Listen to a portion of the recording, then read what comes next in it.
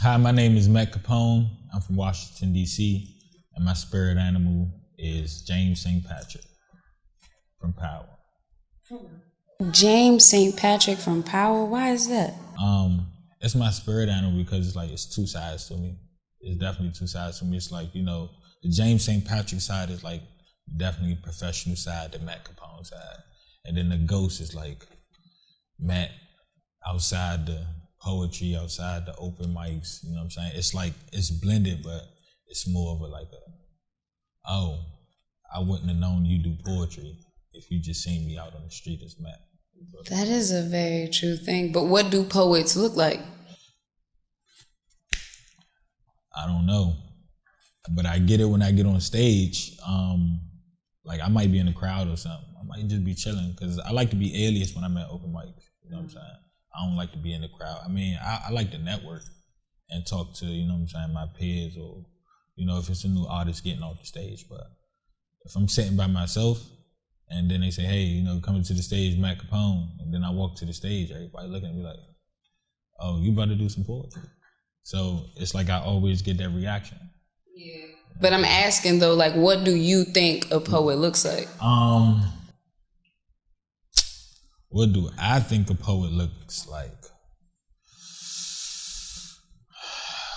Someone that's fashionably creative, eclectic, as far as their whole put together, whether it's like real natural, you feel me, like a free-spirited person, you feel what I'm saying? If I could think of, before I actually ever did like spoken word on stage, if I was to like go to an open mic, if it was like a whole rack of celebrities in the crowd and I was to say who's a poet, I'd probably point at like Andre 3000, Erykah Badu, Mos Def, stuff like that. Like, you know what I'm saying? Individuals like that. I wouldn't point at DMX, but DMX is a poet. Yeah. You feel what I'm saying? I wouldn't have pointed out Tupac, but Tupac was a poet. You feel what I'm saying? So it's like, yeah. So it's like in the poetry coming out in two different ways, where do you find yourself standing in that? Elaborate. Like, do you feel more on the Andre 3000, Erykah Badu side of poetry or the DMX, like Tupac side of poetry? I feel like just because of my upbringing and stuff like that,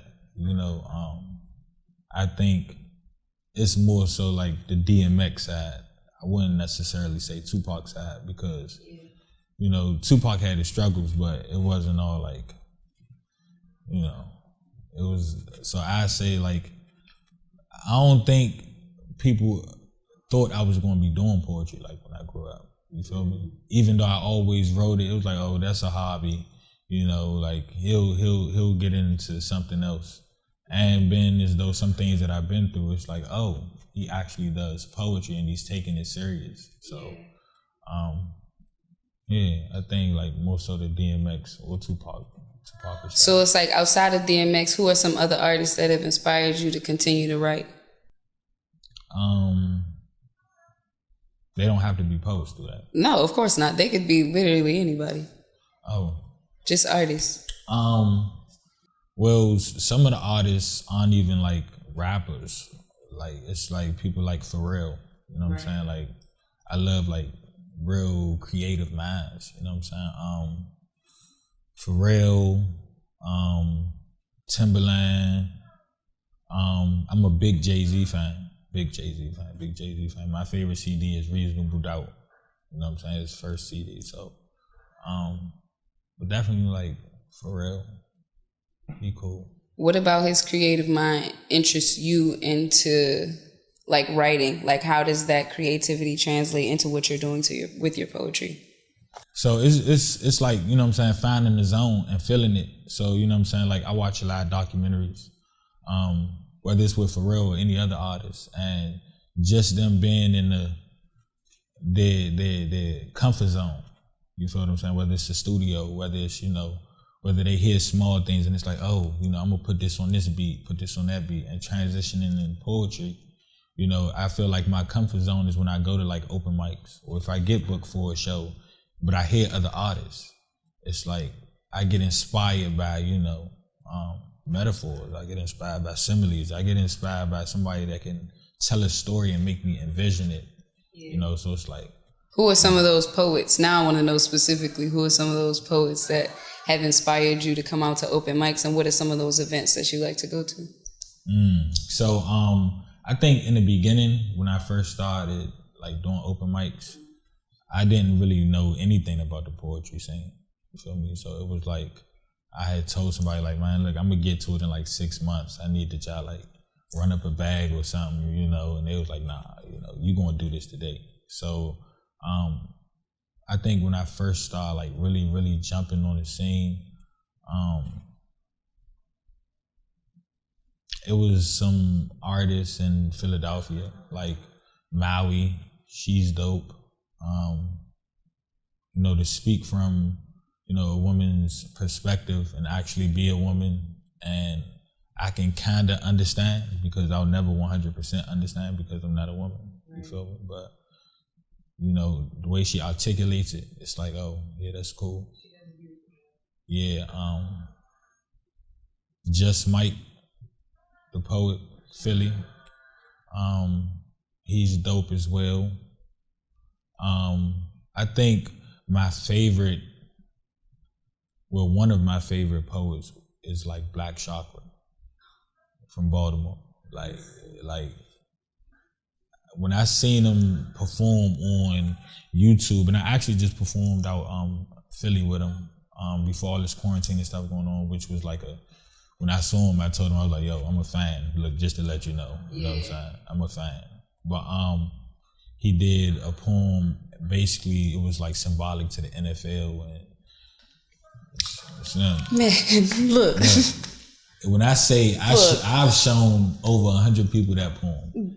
And look, it's a message worth just throwing out there. And it's like it's just levels to that poem, and you gotta. I don't think I can like break down that poem to this day. I gotta keep listening to it. Yeah, and those are good poems, the ones where you gotta unpack the bars, right? Like facts, indelible bars, right? And the crazy thing about it is that poem is so straight to the point. You feel what I'm saying? So it's not like one of those poems where, somebody's saying big words and it's real deep metaphors, and you gotta be like, hold on, I don't really understand it. No, it's like real straight to the point, but it's like, it's depth to like almost every part. So you gotta depict it the way you do.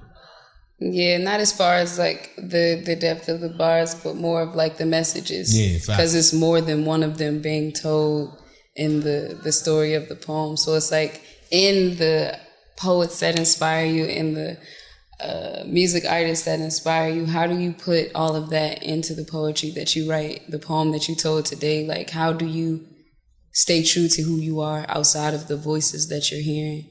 Well, I know a lot of people, like a lot of, whether it's my support system, whether it's fans, whether it's followers, they expect me to be like this Love Jones type of poet. You feel what I'm saying? Because I do have love poems, but I also speak on the bad in the relationship. I also speak on the social injustices. I also speak on how men feel. But, you know what I'm saying, staying true to myself is like the poem that I just did, speaking on the things that I see outside my window. You feel me? Speaking on the things that I grew up around. You feel what I'm saying? That poem was inspired, like, it was a kid that had got killed literally right out in front of my window. And this is like a month ago. So just envisioning the whole process of, the caution tape being put around the bodies, a mother being called and finding out that her child just got, murdered. You feel what I'm saying? All those things, like, it's like, though my community and, what I've seen helps me, like, put it on paper so people can understand, like, especially, the culture. You know what I'm saying? Like, I grew up in the trenches, so that's what I'm doing it for. I'm doing it so they can see that, hey, look, you can release, and you know what I'm saying? You don't have to keep it to yourself. Right. And I'm talking about what we see every day. Yeah, and it's like in the eyes of like NWA with, fuck the police and things like that, it's like being able to tell the truth from where you stand, right. and being able to depict those things. And like Nina says, we have to reflect the times and things like that. How do you find peace within yourself? I think balance is like one of those things that I struggle with. You feel me? Like, you know, I got a family, I got to work. It's like, oh, but I got to do this poetry thing too, because it's not just about me no more. I started something, you know what I'm saying? I got to finish it. People are expecting me to say something, you know? So balance is definitely hard, but when you want to do something and, you know, you're passionate about it, you know, you make sacrifices and you compromise, and, you know. And you keep telling the truth. That's it. And you find some way to make it happen. You feel what I'm saying? Because like I said, it's not just about me no more. Even if I started as, oh yeah, I'm gonna just do this for fun, or I'm gonna just do this, and then it's like people actually hold on to every word when they can relate. Words are so powerful. Facts. And they are the things that we leave behind. You know what I mean? It's the things we say.